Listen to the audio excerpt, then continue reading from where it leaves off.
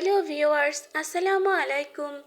Unique world পরিবারে আপনাদের সবাইকে আবারও স্বাগত জানাচ্ছি।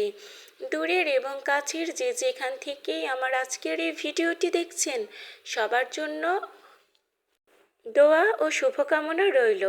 আশা করছি আল্লাহর অশেষ রহমতে সবাই ভালো আছেন। আলহামদুলিল্লাহ, আমরাও অনেক ভালো আছি। বন্ধুরা, আজ সকাল 9টার দিকে মাইশামণি ঘুম থেকে উঠেছিল। তো ঘুম থেকে ওঠার পর আমি ওকে ফ্রেশ করিয়ে দিয়েছি। তারপরে আলু ভাজি এবং পরাটা দিয়ে সকালের নাস্তা খেতে দিয়েছি।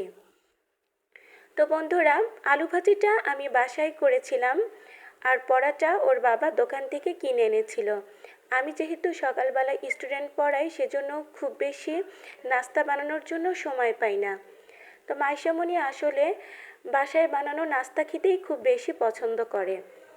তো পরাটা আর আলু ভাজি ও অল্প পরিমাণে খেয়েছিল। পরাটা আর আলু ভাজি খাওয়ার পর ও আমার সাথে পড়াশোনা করতে বসে গেল। কিছুক্ষণ ও পড়াশোনা করলো।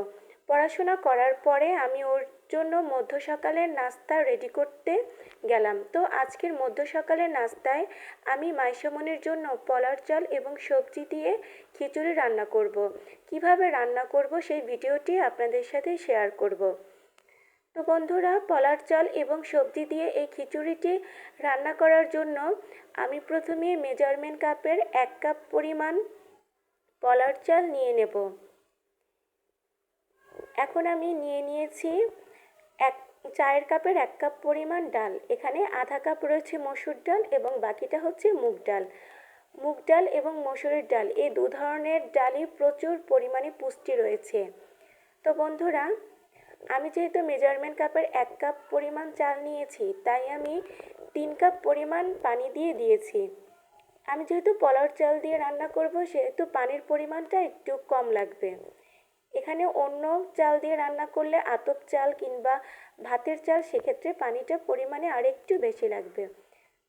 পানিতে বলক চলে এসেছে, আমি এখন স্বাদ মতো লবণ দিয়ে দিয়েছি। তো বন্ধুরা, আমি এবার দিয়ে দেব 1 চা চামচ পরিমাণ হলুদের গুঁড়ো। এবার আমি দিয়ে দেব আধা চামচ পরিমাণ মরিচের গুঁড়ো। এখন আমি দিয়ে দিচ্ছি আধা চামচ পরিমাণ জিরের গুঁড়ো। এই সবগুলো উপকরণ আমি এখন খুব সুন্দরভাবে নেড়েচেড়ে মিশিয়ে দিচ্ছি।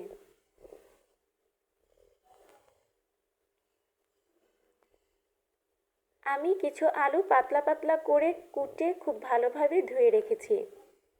পানিটা ভালোভাবে বলক চলে আসলে আমি কুটে ধুয়ে রাখা আলুগুলোও দিয়ে দেব। তো বন্ধুরা, আমি এখন কেটে ধুয়ে রাখা আলুগুলো দিয়ে দিচ্ছি।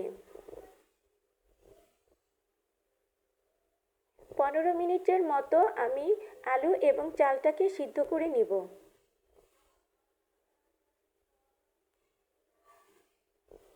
আমি খুব বেশি সবজি দিব না। এখন আমি পরিমাণ মতো পেঁয়াজ এবং রসুন কুচি দিয়ে দিচ্ছি। এটা যেহেতু আমার বেবি খাবে, তাই আমি পরিমাণে খুব বেশি সবজি এবং মশলা দিব না। আমি এখন 2টো কাঁচামরিচ দিয়ে দিচ্ছি।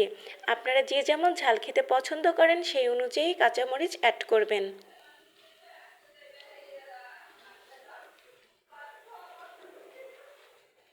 এইভাবে খিচুড়ি রান্না করলে শুধু ছোটরা না, বড়রাও কিন্তু অনেক মজা করে খাবে। তো একঘেয়েমি খাবার খেতে খেতে আমাদের কাছে যখন ভালো লাগে না, তখন কিন্তু মাঝে মাঝে আমরা এভাবে খিচুড়ি করতে পারি। এটা ছোট বড় সবার কাছেই কিন্তু অনেক ভালো লাগবে। তো আমি কিছুটা পুঁই শাক এবং কুমড়ো শাক খুব ভালোভাবে ধুয়ে কুচি কুচি করে কেটে নিয়েছি। আমি এখন শাকগুলোকে দিয়ে খুব ভালোভাবে নেড়েচেড়ে মিশিয়ে দিচ্ছি। শাক সিদ্ধ হতে খুব বেশি সময় লাগবে না, 10 মিনিটের মধ্যেই শাকগুলো সিদ্ধ হয়ে যাবে। তো বন্ধুরা, দেখুন আমার শাকগুলো কিন্তু সিদ্ধ হয়ে গেছে এবং আলুটাও সিদ্ধ হয়ে গেছে। তো আমি এখন আর বেশি সময় নেব না, আমি এবার এই খিচুড়িটাকে বাগার দেব। তো বাগার দেওয়ার জন্য আমি একটি কড়াইতে পরিমাণ মতো সাদা তেল দিয়ে দিচ্ছি। আমি কিন্তু সব মশলার পরিমাণই কমিয়ে কমিয়ে দিচ্ছি, যেহেতু এটা আমার বেবি খাবে। তো তেলটা হালকা গরম হওয়ার পর আমি দুটো তেজপাতা এবং দুটো আস্ত শুকনো মরিচ এবং পেঁয়াজ ও রসুন কুচি দিয়ে গোল্ডেন ব্রাউন কালার করে ভেজে নিয়েছি। এবার আমি এটাকে খিচুড়ির ভিতরে দিয়ে দিচ্ছি। খুব সুন্দরভাবে নেড়েচেড়ে আমি এখন খিচুড়ির সাথে এই উপকরণগুলোকে মিশিয়ে দিব।